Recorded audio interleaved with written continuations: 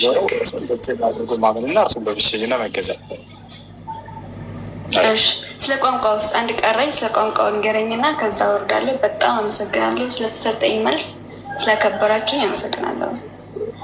አየሽ፣ እናመሰግናለን። እኛ በቋንቋ የተገደበ ለሙይ ለእስልምና አስተምህሮ አምልኩ። እኛ አምላክ አላህ ስብሐነ ወተዓላ በየትኛውም ቋንቋ ማምለክ እንችላለን።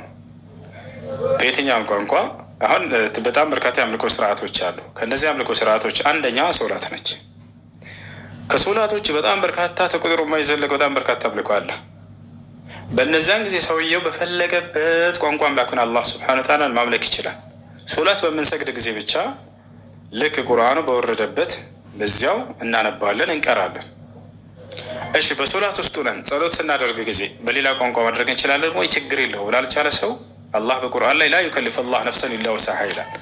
እኔ አንዲት ነፍስ ከምትችለው አቅም በላይ አላስገድዳትም ብሏል። ስለዚህ ሶላት ውስጥ ነው ሰውየው ለምሳሌ ስጁድ ላይ ዱዓ ማድረግ ይችላል፣ ጸሎት ማድረግ ይችላል። የዛኔ ጸሎት በሚያደርግ ጊዜ በስጁድ ላይ በፈለገው ቋንቋ ማድረግ ይችላል። በአማርኛም፣ በኦሮምኛም፣ በትግረኛም ማድረግ ትችላለህ። በአፋረኛ እና በስልጠኛ ከሆነ ግን በእነሱም ይቻላል።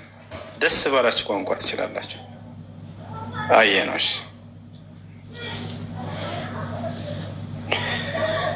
እሺ እሺ፣ በጣም አመሰግናለሁ። መልካም ቀን። እሺ፣ ከላይ ያለው የእናት ውለታዋ ሰላም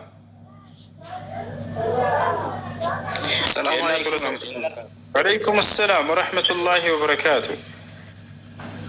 ኡስታዝ ከዚህ በፊት ረመዳን ሳይገባ በፊት በኮሜንት ጽፌ ነበርኩ። እኔ በልጅነቴ 8 ዓመት ልጅ ነበርኩ። ያኔ በልጅነቴ 8 ዓመት ነበርክ? እሺ፣ ያው ክርስቲያኖቹ አንዳንድ እኛ ጋር ይዞራሉ። እነሱ አታልሎኝ ክርስቲያን አድርጎኝ ነበር እኔ።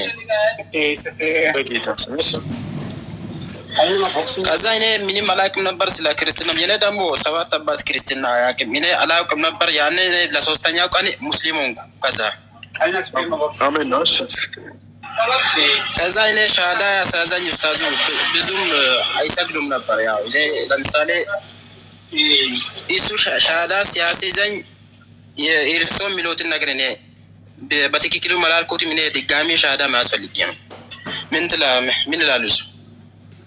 ችግር የለውም። አንተ በትክክል ይዘህ ከሆነ ከዚያ በኋላ ሶላት ትሰግዳለህ አይደለ? አራ ወላሂ እኔ እየሰገድኩ ነኝ። እኔ ገና እየጾምኩ ነው። እኔ ሰግዳለሁ። እኔ ለአመታት ለህመሜ እንትን ለአይምሮ ጭንቀት ሆነኛል። እኔ ሲሰግድ ራሱ ረብሻኛል ውስጤ። እሺ አንተም እሺ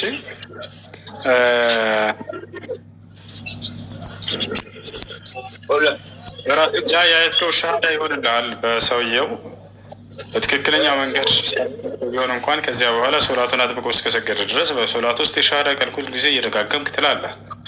ተሕየቱን ስትቀራ አሽሀዱ አን ላ ኢላሀ ኢለላህ ወአሽሀዱ አነ ሙሐመደን አብዱሁ ወረሱሉሁ የሚለው የሻሃዳ ቃል ነው። በቂ ነው። እርስ አይ እንዳው ውስጤ እንዲረጋጋልኝ ልበል ካልክ ማለት ትችላለህ። አሁንም ቢሆን በል አሽሀዱ አን ላ ኢላሀ ኢለላህ ወአሽሀዱ አነ ሙሐመደን ረሱሉላህ በል በራስህ ማለት ትችላለህ። እኔ አሁንም ሻሃዳ እንትን አሁንም ማለት ይፈልጋለሁ ውስጤ በጣም ሁሌ እኔ ጀናብ ሊገባ ነው ወይ በእውነት እኔ እጨናነቃለሁ ሁሌ አፍዳዝን እንትሄድ በልሽ አሽሀዱ አላ ኢላሃ ኢለላህ ወአሽሀዱ አነ ሙሐመደን ረሱሉላህ ተሀያበ መልካም ምሽት የሆነለሽ ወንድማችን። ማሻአላህ ጀዛከላህ ኸይራ። አይወያኩም ቻ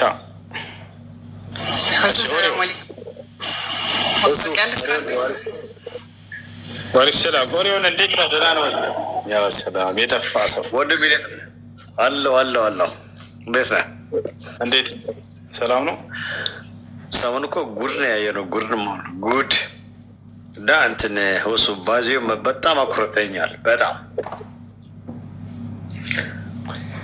መርሐባ ህውሱ እንትን እኔም ብልም አንተ ህውሱ እንትን እስካሁን ጭቅጭ ውስጥ እንትን እየሱ ነው። ከዛ ውጭ የለም። ግን እንዴት ኢየሱስ ሐዋርያቶቹ ማን ነው ስማቸው በቁርአን አለ ወይ የለም? እሺ አምላክ አላህ ሱብሓነሁ ወተዓላ ቆይ እንትኩስ አልጨረስኩኝም። ከዛ ደግሞ ማነው አብዛኛው ስማቸው ደግሞ ማነው እዚህ እኛ አሜሪካ ያሉ ሰዎች ናቸው።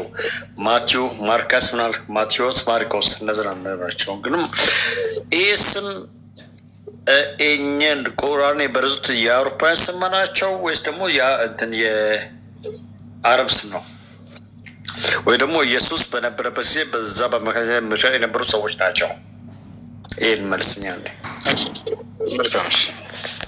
እነዚህ ስሞች ከየት እንደመጡ አላህ አለም። እንግዲህ በቁርአንም ሆነ በሐዲስ ላይ አልተገለጹም። እኛ በሐዋርያቶች እናምናለን። ያ ማለት ሐዋርያት የዒሳ ዓለይሂ ሰላም ወይም የኢየሱስ ክርስቶስ ተማሪዎቹ እንደሆኑና የእርሱ ተከታዮች እንደሆኑ እናምናለን። አላህ በቁርአን ላይ ሐዋርያት እያለ ጠቅሷቸዋል።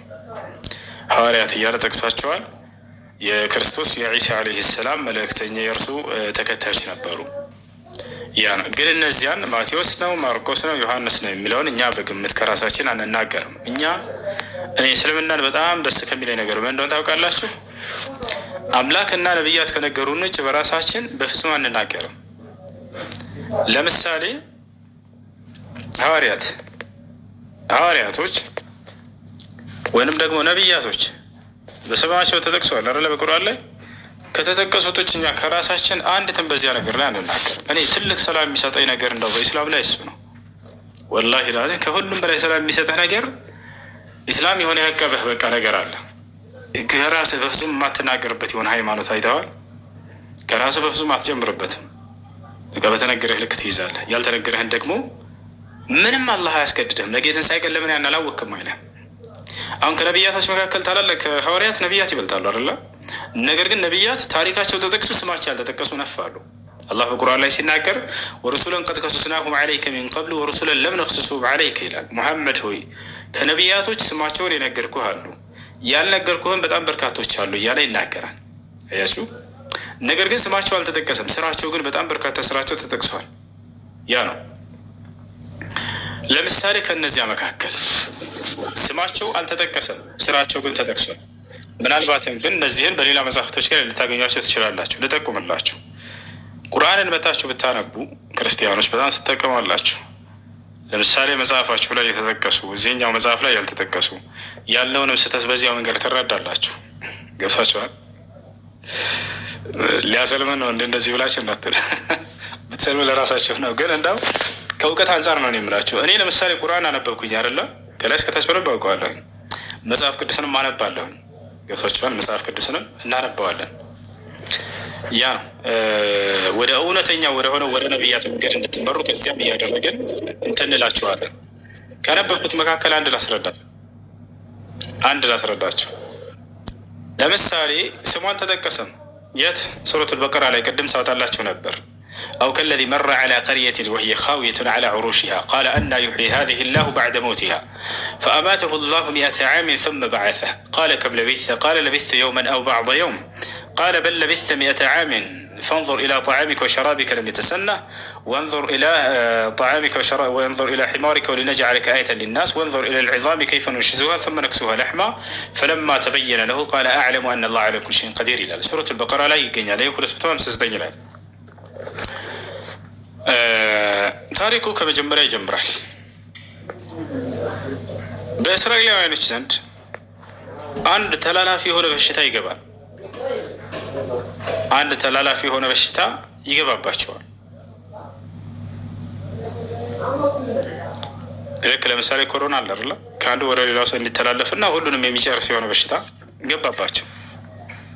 በደንብ አዳምጡ። ከዚያ በኋላ አላህ ስብሐነሁ ወተዓላ ህግ አወጣላቸው ለእነዚያ ሰዎች። አደራ እዚሁ ባላችሁበት ሁናችሁ ጸልዩ፣ እኔን ለምኑኝ አነሳላችኋለሁ፣ ወደ እኔ ተመለሱ አላቸው። ወደ ሌሎች ከተሞች ግን እንዳትሸጋገሩ፣ በሽታውን ወደ ጤናኛማ ወደ ሆነችው ሀገር እንዳታስተላልፉባቸው፣ እዚሁ ሁናችሁ ወደ እኔ ተውበት አድርጉ፣ እኔ መልሰ በቃ አነሳላችኋለሁ አላቸው። እነዚህ እስራኤላውያኖች ግን ይህን መታገስ አልቻሉም። ምን አደረጉ?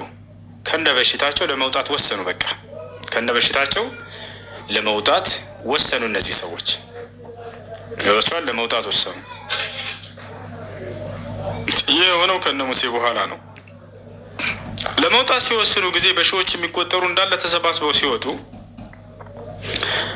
በመንገድ ላይ አላህ ስብሐነሁ ወተዓላ ወደ ሌላኛው ከተማ ሄደው በሽታው እንዳያስተላልፉ እዛው መሀል ሜዳ ላይ ሙቱ አልኳቸው አለ።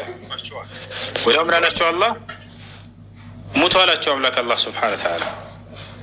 ከዚያም በኋላ ሞቱ እንዳለ ሁላቸውም፣ በሺዎች የሚቆጠሩ በጣም በርካታ ህዝቦች እስራኤላውያኖች ሞቱ። ምን ያለ አላህ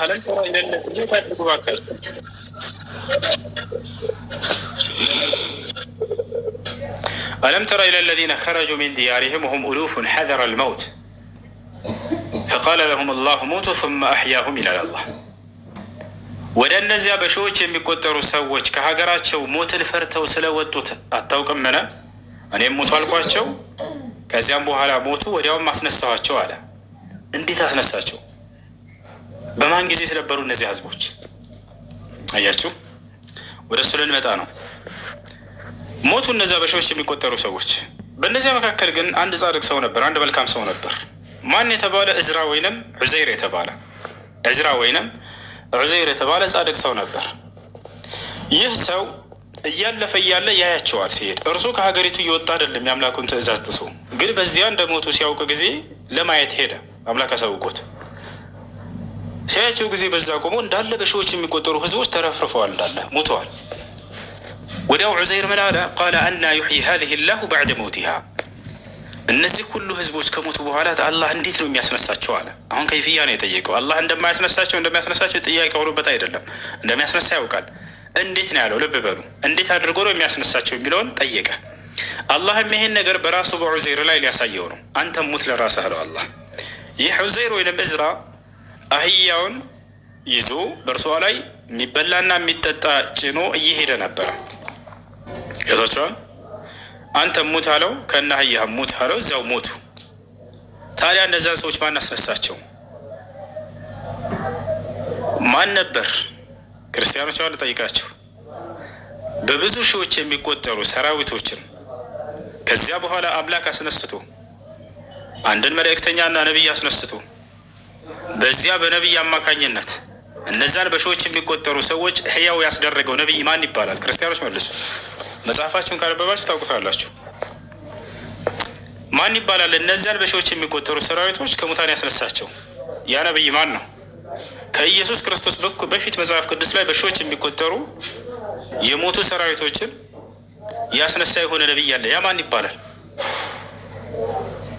አላህ በዚያ በነቢይ በኩል አስነስቷል። በቁርአን ላይ ማን ይባላል?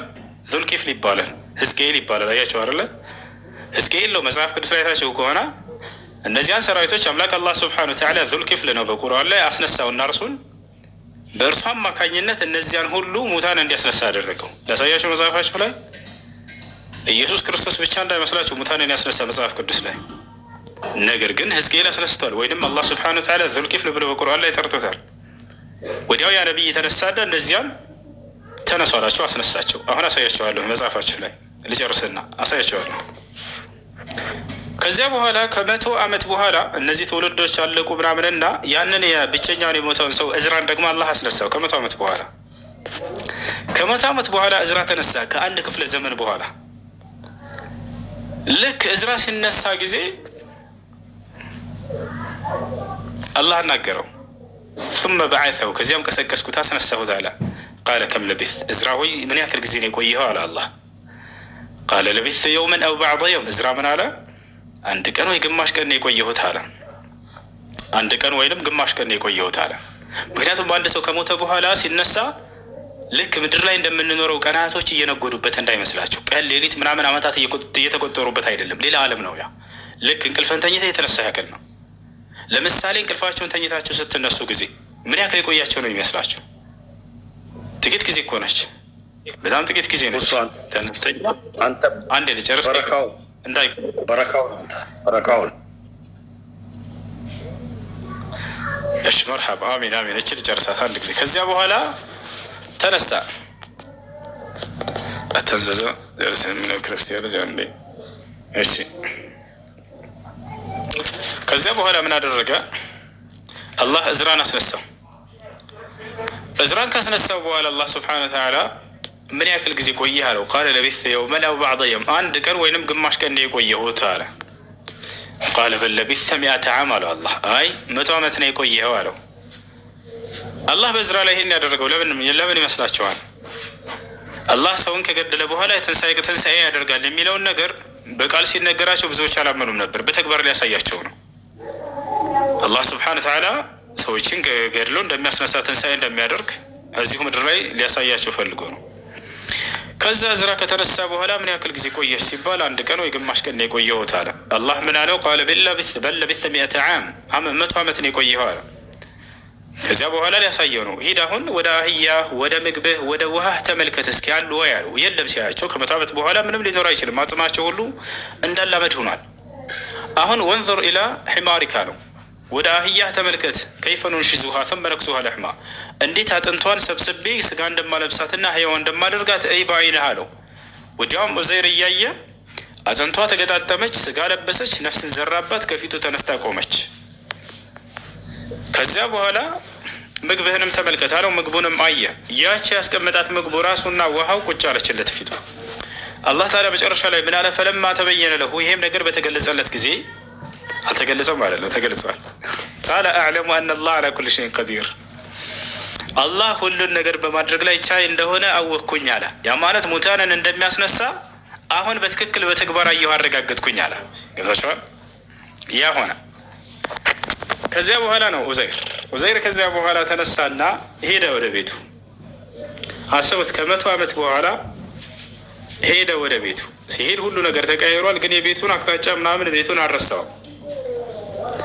ሄደ እዚያ በአይሁዳውያኖች መካከል፣ በእስራኤላውያኖች መካከል ቆመ ከፊታቸው። እቤቱ ሄደ። ልክ ሲሄድ ጊዜ አስቡት፣ ከ100 ዓመት በኋላ የልጆቻችሁ ልጅ ነው የሚሆኑት። ሄደና ዝቆረቆረ፣ ከፈቱለት። ማነህ አሉት። ዑዘይር ነኝ አላቸው። ዕዝራ ነኝ። ኧረ አይደለህም እየቀለድክ ነው አሉት። እርሱ እኮ ከሞተ ከ100 ዓመት በፊት ሞቷል አሉት። ቅድመ አያታችን ነው አሉት። አሁን ያሉት ቤት የልጆቹ ልጅ አካባቢ ሆነዋል። ኧረ እኔ ነኝ ዕዝራ አላቸው። ኧረ አይደለህም በፍጹም እርሱ ከሞተ ቆይቷል አሉ። እንዴት ይበሉት? እሺ እንድናምነህ ከፈለክ በአይሁድ ሊቃውንቶች መካከል ሄደን እንናገራለን ይሄን ነገር። ዕዝራ በመካከላቸው የተከበረ ሰው ነው። ስለዚህ እነርሱን ሄደን አምጥተናቸው የሚያቀርቡልህን ነገር የምትሰማውን ከእነርሱ ትሰማለህ፣ የዛኔ እናያለን አሉት። ተጠሩ። የአይሁድ ታላላቅ ሊቃውንቶች መጡ። እስራኤላውያኖች መጡና አንተ ዕዝራ ነህ አሉት። አሁን ዕዝራ ነኝ፣ ዑዘይር ነኝ አላቸው። እርሱ ከሞተ እኮ ዓመታቶችን አስቆጥሯል፣ እንዴት አንተ ልትሆን ትችላለህ አሉት። እኔ ነኝ እመኑኝ በቃ አላቸው። አይ እንድናምነህ ከፈለክ አንድ ነገር አድርግ አሉት። ምን አላቸው? በዕዝራ ዘመን የነበረች የዛኔ ልጅ የነበረች አሁን ላይ ከ100 ምናምን ዓመት በላይ ሆኗታል። አይኗም ጠፍቷል፣ አርጅታለች። ዕዝራን አብራው የኖረች በዘመኑ የነበረች አንድ ሴት ብቻ ምድር ላይ ቀርታለች። እርሷም አይኗ ጠፍቷል፣ ሰውነቷም ልክ እንዲሁ ጃጅቷል፣ ቤቷ ተቀምጣለች። ያ ጻድቁ ዕዝራ ከሆንክ በእርግጠኝነት አምላክ የምትለውን ይሰማሃልና የዚችን ሴት አምላክ አይኗን እንዲመልስላት አድርገህ አይኗ ተመልሶላት አይተሃው ያ ራሱ ዕዝራ ነው ካለች እናምናለን፣ ካልሆነ በምንም መንገድ አናምንም አሉት። ሂዱ አምጧት አለ ዕዝራ። ከዚያ በኋላ በአይሁዳውያን ሕዝብ መካከል መጣች። ወዲያው ዕዝራ ወይንም ዑዘይር ዓለይሂ ሰላም አላህ ለመነ። አምላኬ አላህ ሆይ የዚችን ሴት አይን መልስልኝ አለ። ወዲያውም አይኗ ተመለሰ። አይኗ ወዲያው እንደበራ በጣም ጮሆች። ያ ዑዘይር አለች፣ አንተ ዕዝራ ሆይ ብላ ጮሆች። ወዲያውም ማመኑ እነዚህ ሰዎች ዕዝራ መሆኑ። ይሄማ ከ100 ዓመት በኋላ ዳግም ሊመጣ የቻለው የአምላክ ልጅ ስለሆኑ ነው አሉና አይሁዳውያኖች ወቃልየት ልይሁድ ዑዘይሩን ብንላህ። ከዚያ በኋላ ነው ዕዝራ በቃ የአምላክ ልጅ ነው ማለት ነው ብለው አመኑ አይሁዳውያኖች። ወቃለት ልይሁድ ዑዘይሩን ብንላህ፣ ዕዝራ የአምላክ ልጅ ነው፣ ዑዘይር የአላህ ልጅ ነው ያሉት ከዚያ በኋላ ነው። ዕዝራን ከምንም በላይ ያከበሩትና የወደዱት በምን ምክንያት እንደሆነ ታውቃላችሁ? አንደኛ በዘመኑ ጻድቅ ሰው ነበር። ሁለተኛ ኦሪት በጣም ከባድ ነበር ለመሸምደድ። የሙሳ መጽሐፍ ተውራትን የሸመደዱት 4 ሰዎች ናቸው በምድር ላይ። አንደኛ የመጽሐፉ ባለቤት ራሱ ሙሳ ሸምድዶታል። ሁለተኛ የሙሳ ዓለይሂ ሰላም ተከታይ የነበረው ከዚያም ከእርሱ በኋላ ነቢይ የሆነው ዩሻዕ ኢብኑ ኑን ወይንም ደግሞ ኢያሱ እሱ ሸምድዶታል። ሶስተኛ ደግሞ ዕዝራ ነበር። አራተኛ ዒሳ ዓለይሂ ሰላም ኢየሱስ። እነዚህ 4ቱ ናቸው ኦሪትን በደንብ አድርገው የሚያውቁት። ስለዚህ ያንን ኦሪትን እንደገና የሸመደደላቸውና የያዘላቸው እርሱ ስለነበረ የዛኔ በቃ ከምንም በላይ እርሱን በጣም ያከብሩት ነበረ። እንደ አጠቃላይ ይህ ነው ዑዘይር ዓለይሂ ሰላም። እና እነዛን የሞቱትን በዑዘይር ጊዜ ወዲያው የሞቱትን በሺዎች የሚቆጠሩ ያስነሳቸው ማን ነው? ዙልኪፍል ይባላል ወይም ሕዝቅኤል ይባላል። ይህን መጽሐፋችሁ ላይ ያለ ብያለሁኝ፣ አሳያቸዋለሁኝ። እሺ ጥያቄ ያለው ካለ መቀጠል ይችላል። ሰላም እሱ እኔ ነኝ የምቀድመው። ወደ ስራ ነበረብኝ። ይቅርታ አልጨረስኩም። አንዴ ቀደም እኮ ነው የመጣሁት እኔ አልጨረስኩም።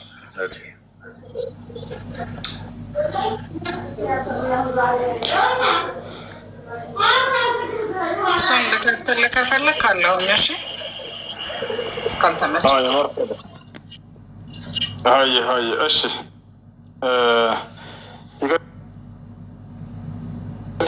ሳራ አንድ ጊዜ